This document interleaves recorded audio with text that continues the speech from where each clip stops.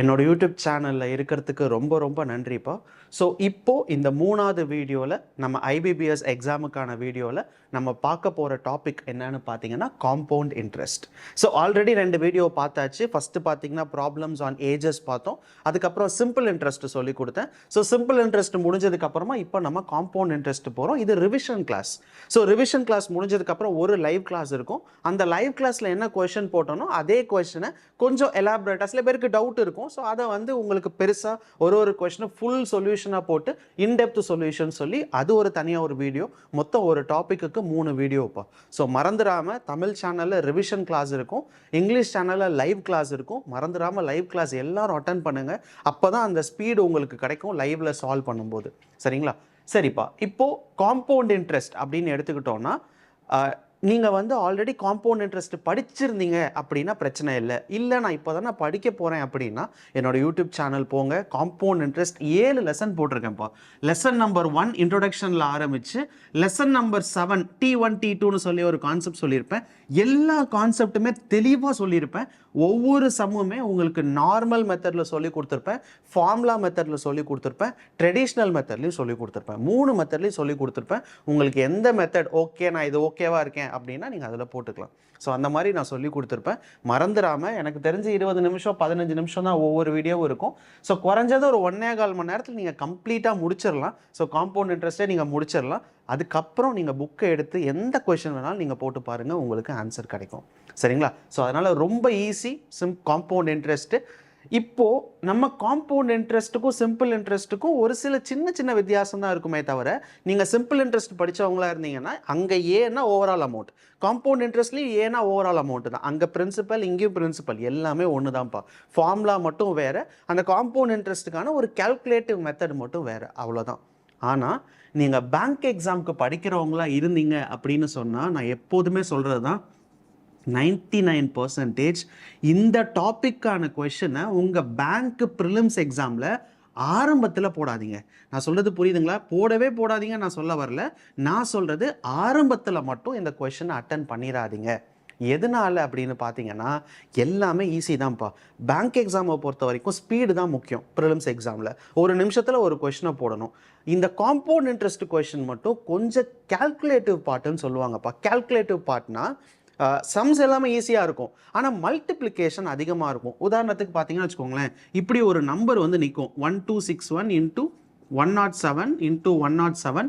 நீங்கள் நல்லா படிக்கிறவங்களா இருந்தீங்கன்னா உங்களுக்கு தெரிஞ்சிருக்கும். இந்த மாதிரி வரும்ப்பா காம்பவுண்ட் இன்ட்ரெஸ்ட்டில். ஃபார்முலா எடுத்து போட்டு கடைசியில் அப்படி வரும். இப்போ என்னென்னா இதை 3த்தையும் நீங்கள் மல்டிப்ளை பண்ணணும். 107 கியூப் என்னன்னு பார்க்கணும், அப்புறம் இந்த நம்பரால் மல்டிப்ளை பண்ணணும், ஃபைனலாக வர ஆன்சரை இந்த நம்பரால் டிவைட் பண்ணணும். கண்டிப்பாக நம்ம இதுக்கே 1 நிமிஷம் ஆக்கிடுவோம். இதுக்கப்புறம் கொஞ்சம் ஸ்டெப் இருக்குது, இதுக்கு மேலே கொஞ்சம் ஸ்டெப் இருக்குது. 2 நிமிஷம் ஆகிடும் ஒரு காம்பவுண்ட் இன்ட்ரெஸ்ட் கொஷினை போடுறதுக்கு. அதனால தான் நான் சொல்கிறேன், அட்டனே பண்ணாதீங்கன்னு நான் சொல்ல வரல, படிக்கவே வேணாம் நான் சொல்ல வரல. நான் சொல்ல வர்றது என்னென்னா, நீங்கள் ஆரம்பத்தில் போடாதீங்க, கடைசியில் ஒரு 2 நிமிஷம் எனக்கு டைம் இருக்குது, 3 நிமிஷம் டைம் இருக்குது அப்படிங்கும்போது காம்பவுண்ட் இன்ட்ரெஸ்ட் அட்டன் பண்ணுங்கள். உங்கள் எக்ஸாமில் சிம்பிள் இன்ட்ரெஸ்ட் கொஷின் பார்த்தீங்கன்னா நீங்கள் இனிஷியலாக போடலாம், ஆரம்பத்தில் போட்டுடலாம். காம்பவுண்ட் இன்ட்ரெஸ்ட் மட்டும் கடைசியில் போடுங்க. சில கொஷின் பார்த்தீங்கன்னா 2மே இருக்கும்ப்பா, சிம்பிள் இன்ட்ரெஸ்ட்டும் இருக்கும், காம்பவுண்ட் இன்ட்ரெஸ்ட்டும் இருக்கும். 2மே இருந்தாலும் நீங்கள் ஆரம்பத்தில் போடலாம். ஏன்னா அதெல்லாம் கஷ்டமாக இருக்காது. ஏன்னா அதுக்கெல்லாமே ஃபார்முலா வச்சுருப்பாங்க, டிஃப்ரென்ஸ் கொடுத்து ஆன்சர் ரேட் ஆஃப் இன்ட்ரெஸ்ட் கேட்பாங்க. அதெல்லாம் நீங்கள் போட்டுடலாம்ப்பா. பிரச்சனையே காம்பவுண்ட் இன்ட்ரெஸ்ட் மட்டும்தான். ஸோ அதனால் இதை மட்டும் நீங்கள் கடைசியில் போடுங்க, படிக்காமல் மட்டும் போயிடாதீங்க. ஏன்னா சில 99% தான், அந்த 1%லாம் இந்த 7வது லெசன்லேருந்துலாம் கொஷின் கேட்டாங்கன்னா நீங்கள் ஈஸியாக போட்டுடலாம். ஸோ அதனால தான் சொல்கிறேன், நிறையா ப்ராக்டிஸ் பண்ணிகிட்டே இருங்க. சரியா? மெயின்ஸ் எக்ஸாமில் காம்பவுண்ட் இன்ட்ரெஸ்ட் ரொம்ப முக்கியமான டாப்பிக்கு. பட் ப்ரிலிம்ஸ் எக்ஸாமில் நம்ம கடைசி அட்டன் பண்ணிக்கலாம். ஓகேவா? சரிப்பா. இப்போ காம்பவுண்ட் இன்ட்ரெஸ்ட் அப்படின்னு எடுத்துக்கிட்டோன்னா சிம்பிள் இன்ட்ரெஸ்ட் மாதிரியே தான் காம்பவுண்ட் இன்ட்ரெஸ்ட். ஃபார்முலா மட்டும்தான் மாறும். அதே மாதிரி காம்பவுண்ட் இன்ட்ரெஸ்ட்டோட ஃபார்முலா என்னன்னு பார்த்தீங்கன்னா P into 1 + R/100 power n - 1. இது காம்பவுண்ட் இன்ட்ரெஸ்ட்டுக்கான ஃபார்முலா. ஸோ இது பார்த்தீங்கன்னா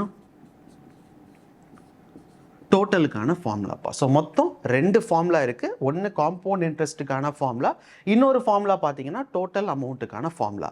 இப்போது இந்த ஒரு ஃபார்முலா இருக்குல்லப்பா, இந்த ஒரு ஃபார்முலா வச்சு பாப்புலேஷன் இன்க்ரீஸ் டிக்ரீஸ்ன்னு சொல்லுவாங்க, பாப்புலேஷன் இன்க்ரீஸ் பாப்புலேஷன் டிக்ரீஸ்ன்னு சொல்லுவாங்க. அது ரெண்டுத்துக்குமே இந்த ஒரு ஃபார்முலா தான். இப்போது 2001 எக்ஸாம்பிளுக்கு சொல்கிறேன், இது ஜஸ்ட் ஒரு ரிவிஷன் கிளாஸ் தான், நீங்கள் ஆல்ரெடி படிச்சுட்டு இங்கே வாங்க, ஓகேவா? ஸோ எனக்கு தெரிஞ்சு 6வது லெசன் நினைக்கிறேன், 6வது லெசனில் உங்களுக்கு நான் பாப்புலேஷன் இன்க்ரீஸ் பாப்புலேஷன் டிக்ரீஸ் சொல்லி கொடுத்துருப்பேன். அதுதான் இங்கே நான் சொல்லித்தரேன். 2001 ஒரு 1,00,000 பேர் இருக்காங்க, சரியா? 2003 எவ்வளோ பாப்புலேஷன் இருப்பாங்க? ஒவ்வொரு வருஷமும் 10% பாப்புலேஷன் அதிகமாயிட்டே போகுது. அப்போது 2003 எவ்வளோ பாப்புலேஷன், எவ்வளோ பீப்புள் இருப்பாங்கன்னு கேட்பாங்க. அந்த மாதிரியான கொஷனுக்கு எல்லாமே நீங்கள் இந்த ஃபார்முலாவை அப்படியே யூஸ் பண்ணலாம்ப்பா. ஸோ இதே ஃபார்முலா தான், A = P × 1 + R/100 power n. இந்த ஃபார்முலா நீங்கள் எப்போ போடணும்னு பார்த்தீங்கன்னா 2001 2003 அடுத்த வருஷம் பாப்புலேஷன் என்ன ஆகும்னு கேட்டாங்கன்னா, இதுவே 2003 5 லட்சம் இருக்குது பாப்புலேஷன். அப்போ 2001 என்ன பாப்புலேஷன் இருக்கும்? ஒருவேளை இவ்வளோ 10% குறைஞ்சிக்கிட்டே இருக்குது. அப்போது 2001 ரிவர்ஸில் வராங்க, 2003 2001க்கு வராங்க. அப்படி வரும்போது இதே ஃபார்முலாவை அப்படியே போடுங்க. இந்த சைடு இருக்குல்ல, இதை மட்டும் கீழே போட்டுருங்க, அவ்வளோதான். நான் சொல்லுறது புரியுதாப்பா? ரெண்டே ஃபார்முலா தான்.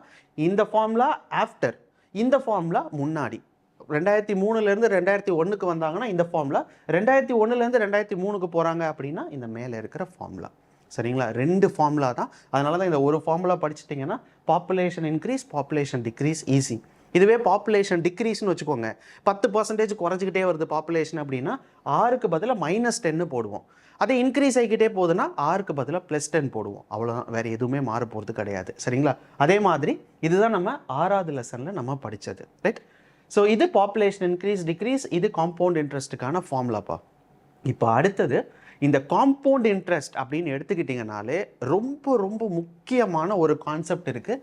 அது என்னன்னு பார்த்தீங்கன்னா ஆஃப் இயர்லி குவார்ட்டர்லி. நான் போன ரிவிஷன் கிளாஸ்லேயே உங்களுக்கு நான் சொல்லி கொடுத்துருந்தேன். சிம்பிள் இன்ட்ரெஸ்ட்டை பொறுத்த வரைக்கும் ஆஃப் இயர்லி குவார்ட்டர்லி ஒரு பெருசாக கேட்க மாட்டாங்க. ஏன் அப்படின்னா சிம்பிள் இன்ட்ரெஸ்ட் வந்து ஆஃப் இயர்லியோ குவார்ட்டர்லியோ எதுவும் பெருசாக மாற போகிறது கிடையாது.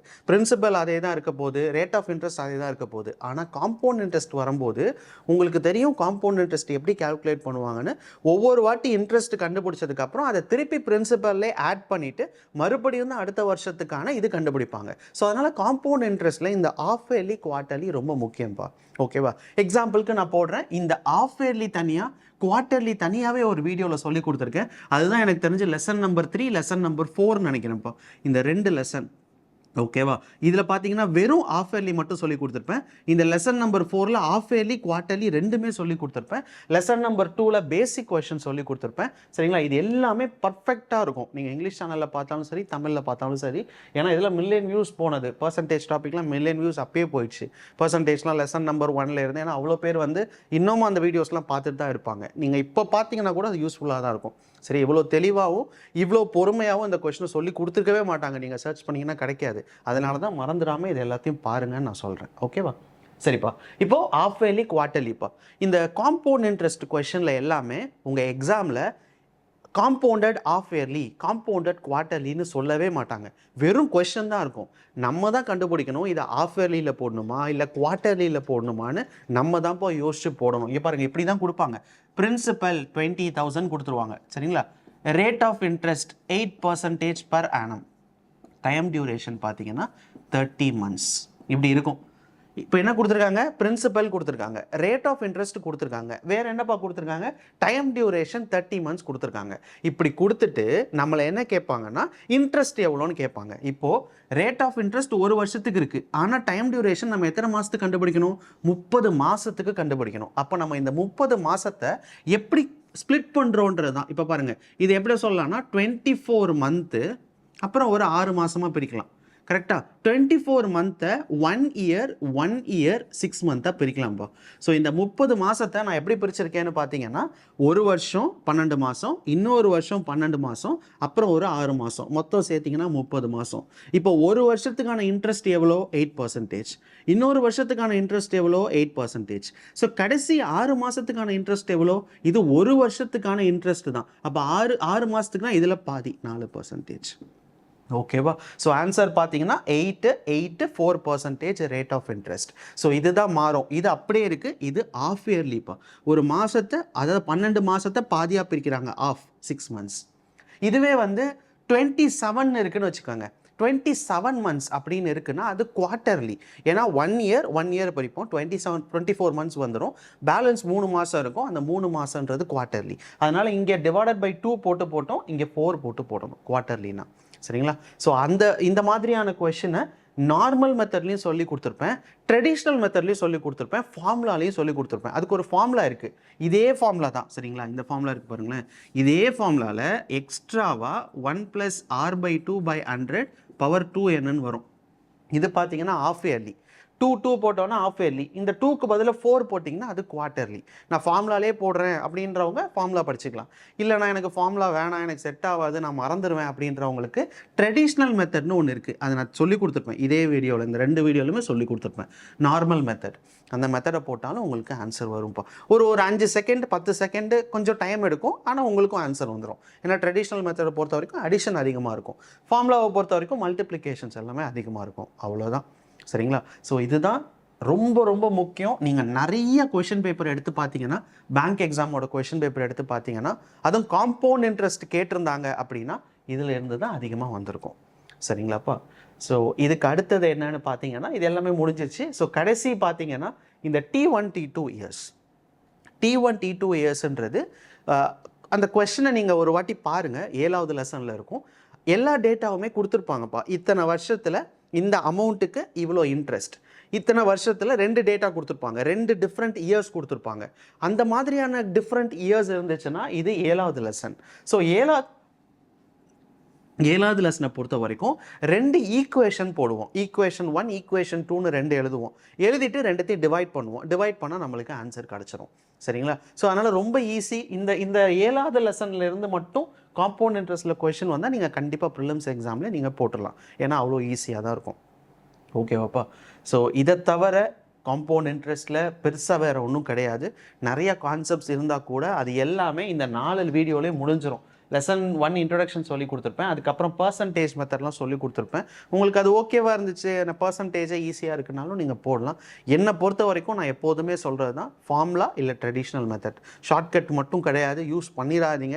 ஷார்ட்கட் வேணாம். பேங்க் எக்ஸாம் படிக்கிறவங்க ஷார்ட்கட்டை மறந்துடுங்க.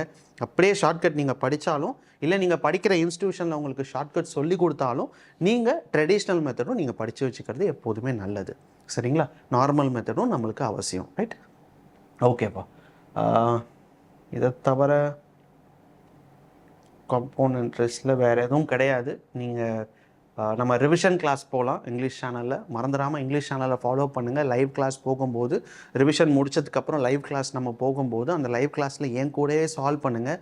அப்போ தான் நமக்கு அது தெரியும். ஒருவேளை அது எக்ஸாமில் பார்க்குற மாதிரியே நினச்சி சால்வ் பண்ணிங்கன்னா தான் நம்மளால் எப்படி போட முடியும்னு தெரியும். ஸோ அதுக்காக தான் லைவ் கிளாஸு. அதுக்கப்புறம் இன்டெப்த் சொல்யூஷன் நான் போடுறேன். ஓகேவா? ரிவிஷன் கிளாஸ் தமிழில் இருக்கும். ஸோ டெஸ்ட்டும் மறந்துடாமல் எழுதிடுங்க. நம்ம டெய்லி டெஸ்ட் வேறு கொடுத்துட்ருக்கோம், ப்ரிலிம்ஸ்க்கும் மெயின்ஸ்க்கும் சேர்த்து. டெய்லி டெஸ்ட்டும் ரொம்ப முக்கியம்ப்பா. ஸோ டெய்லி டெஸ்ட் வரிசையாக எழுதிட்டு வந்துட்டே இருங்க. அது இல்லாமல் நம்ம இந்த ரிவிஷன் கிளாஸுக்கான கொஷனும் நம்ம பிடிஎஃபாக கொடுக்குறோம். அது வெப்சைட்லேயே நீங்கள் டவுன்லோட் பண்ணிக்கலாம். டேரெக்டாக அங்கேயே இருக்கும், நீங்கள் டவுன்லோட் பண்ணிக்கலாம். ஸோ மறந்துடாமல் அந்த இதை கரெக்டாக ஃபாலோ பண்ணிவிட்டு வாங்க, ஈஸியாக கிளியர் பண்ணிட முடியும். சரிங்களா? ஸோ வீடியோ பார்த்ததுக்கு ரொம்ப ரொம்ப நன்றிப்பா. அடுத்த லைவ் கிளாஸில் இந்த காம்பவுண்ட் இன்ட்ரெஸ்ட் டாபிக் நம்ம பார்க்கலாம். ஸோ ஒரு வாட்டி மறந்துடாமல் இந்த 7 வீடியோவும் ரிவைஸ் பண்ணிவிடுங்க. ஒருவேளை நீங்கள் ஆல்ரெடி படித்தவங்களா இருந்தாலும் சரி, சும்மா ஃபாஸ்ட் ஃபார்வர்ட் பண்ணி ஒரு வாட்டி எல்லா கொஷினும் நீங்கள் போட்டு பாருங்கள். உங்களால் போட முடியுதான்னு பார்த்துக்கோங்க. அதுக்கப்புறம் நீங்கள் லைவ் கிளாஸ் அட்டன் பண்ணலாம். சரிங்களா? ஸோ வீடியோ பார்த்ததுக்கு ரொம்ப நன்றிப்பா. பாய்.